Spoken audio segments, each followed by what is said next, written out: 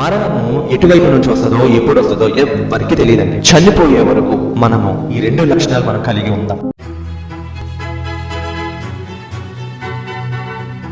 Hello God's creation, అందరూ ఎలా ఉన్నారండి? మీ అందరికీ కూడా పేరు పేరున సజీవుడైన పునరుద్ధారుడైన నజరేయుడైన యేసుక్రీస్తు వారి నామములో వందనాలండి. ఈ రోజు ఒక చక్కటి విషయం మనము నేర్చుకోబోతున్నాం. అదేంటి అనంటే, మనిషి పుట్టాడు అనంటే ఏదో ఒక రోజు మరణిస్తాడు అన్న విషయాన్ని మనందరం కూడా గుర్తుపెట్టుకోవాలి. We all will die one day, but we have to remember after our death we are going to have an everlasting life. మనం పుడతాము, చనిపోతాము, ఆ తర్వాత యుగ యుగాలు మనం జీవించబోతున్నాం. అయితే ఈ జీవితం ఎక్కడ జీవించబోతున్నాం అన్నదే ఇప్పుడు అసలైన సిసలైన ప్రశ్న.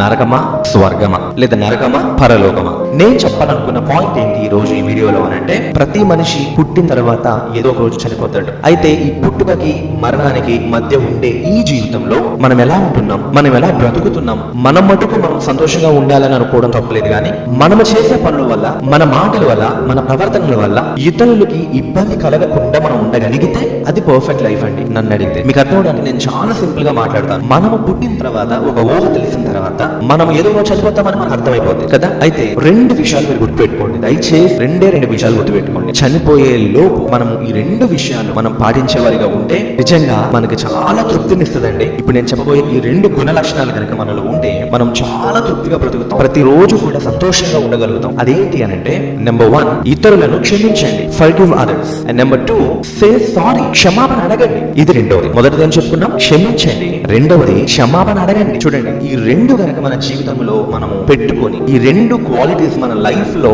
ఎంబెడ్ చేసుకొని కనుక మనం బ్రతకగలిగితే, నిజంగా చెప్తున్నానండి, మన మటుకు మనం చాలా సంతోషంగా ఉంటాము. అదే విధంగా మన వల్ల ఇతరులు కూడా సంతోషంగా బ్రతుకుతారండి. మీ అందరూ తెలియంది కాదు ఏంటి ఆ విషయం అంటే, మనం సంతోషంగా ఉండడానికి మనం ఏమన్నా చేస్తాం, కానీ మనం సంతోషంగా ఉండడానికి చేసే ఆ పనులు కావచ్చు, మాట్లాడే మాటలు కావచ్చు, ఆ ప్రాసెస్ లో ఇతరులను కనుక మనం బాధ పెడుతుంటే కనుక అది మంచిది కాదు. ఇతరులను బాధ పెట్టి మనం సంతోషం పొందడానికి చేసే పనులు అది చాలా బాధాకరం, అది కరెక్ట్ కాదు, అది దేవుడు మెచ్చలేదు. కాబట్టి నేను ఒకటే చెప్తున్నాను, తెలుసో తెలియక మనం ఏం మాట్లాడాము, ఎలా మాట్లాడాము, మన బిహేవియర్ ఎలా ఉంది, ఇతరులను నేను ఏ రకంగా బాధ పెట్టాను అన్నది మనం ఒక్కసారి ఆలోచన చేసి రెండో ఇతరుల విషయంలో ఒకవేళ నేను తప్పు చేస్తే వారి దగ్గరికి వెళ్ళి సారీ అడగటం తప్పేం లేదు, ఐఎమ్ సారీ అని చెప్పండి. అలాగే ఇతరులు మిమ్మల్ని బాధ పెట్టే విధంగా ఎక్కడైనా ప్రవర్తించి ఉంటుంటే వారిని ఫర్గివ్ దెం, క్షమించండి. ఓకే, సో 1 క్షమించండి, 2వది సారీ అడగండి. ఓకే, చాలా మంది అండి సారీ చెప్పరు, క్షమించరు. ఓకే, సారీ చెప్పరు, క్షమించరు. వారు ఏం ఫీల్ అవుతారంటే, నేను సారీ ఎందుకు చెప్పాలి, నేను సారీ చెప్పే అంత పనులు నేనేం చేయలేదు కదా, అయినా నేను క్షమించడం ఏంటి, వాడు నా విషయంలో ఎంత భయంకరంగా ప్రవర్తించాడు, నన్ను ఎంత బాధ పెట్టాడు, ఒక పెద్ద చిన్న లేదు, ఒక గౌరవం లేదు,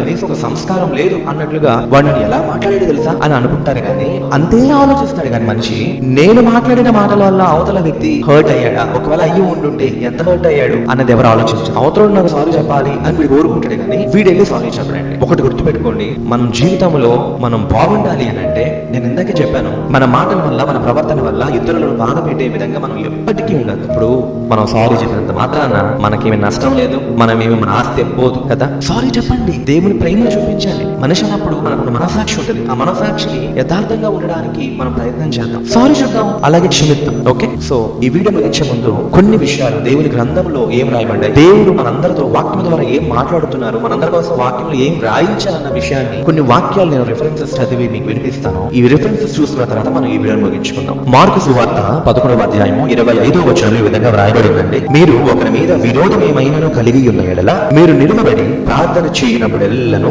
వాని క్షమించుడి. చూసారా, క్షమించమని దేవుడు చెప్తున్నారు. తర్వాత లూకా సువార్త 6:38లో మనకేం రాయబడిందంటే, క్షమించుడి అప్పుడు మీరు క్షమింపబడుదురు. తర్వాత 2వ కొరింథీయులకు రాసిన పత్రిక 12:13 ఈ విధంగా రాయబడి ఉంటది, ఆఖరి మాట, నేను చేసిన ఈ అన్యాయంను క్షమించుడి. తర్వాత ఎఫెసీ 4:32లో చక్కటి మాట ఉంటుందండి, ఒకని ఎడల ఒకడు దయ కలిగి కరుణాహృదయులై క్రీస్తునందు దేవుడు మిమ్మును క్షమించిన ప్రకారం మీరును ఒకరినొకరు క్షమించుడి.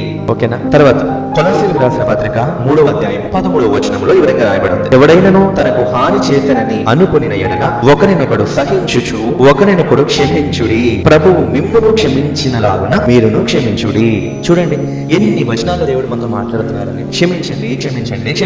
It means that say sorry and you also forgive others. మీరు క్షమించండి, మీరు ఇతరులను క్షమిస్తేనే దేవుడు మిమ్మల్ని క్షమిస్తారు. గుర్తుపెట్టుకోండి, ఎవ్వరు నీతిమంతులు కాదు. బైబిల్ చెప్తుంది ఎవ్వరు నీతిమంతులు కాదు అని. నేను క్షమించను, అడిగి సారీ చెప్పను. 100కి 90 మంది ఈ విధంగా ఉంటారు అని అనుకోవడంలో ఏమాత్రం ఆశ్చర్యం లేదు. Before I close my words, నేను ఒకటే మీతో చెప్పాలని ఆశపడుతున్నాను ఏంటంటే, మరణము ఎటువైపు నుంచి వస్తుందో ఎప్పుడు వస్తుందో ఎవరికి తెలియదండి. చనిపోయే వరకు మనము ఈ 2 లక్షణాలు మనం కలిగి ఉందాం. ఇతరులను క్షమిద్దాము, అలాగే ఇతరులను క్షమాపణ కూడా అడుగుతాం. సో దాట్ అట్లీస్ట్ మన హృదయంలో సంతోషంగా సమాధానంగా మనం ఉండగలుగుతాం. ఆమేన్. మీరందరూ కూడా ఈ విధంగా ఉంటారని ఆశపడుతూ ఈ మాటలను ముగిస్తున్నాను. Thanks for being with me till here. God bless you.